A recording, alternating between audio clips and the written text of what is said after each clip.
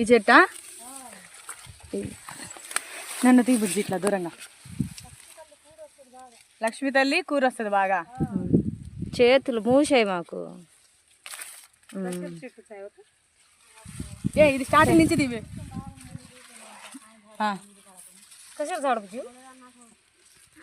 నాకు విషయం చెప్పారు. థ్యాంక్స్. నకలు చూపి నేను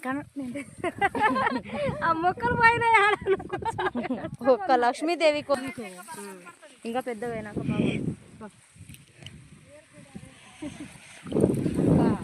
ఇది పైరు అని బాధపడుతున్నారు కదా.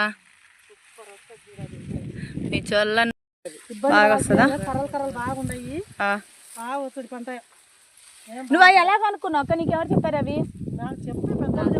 ఏమని చెప్పారు పెద్దోళ్ళు?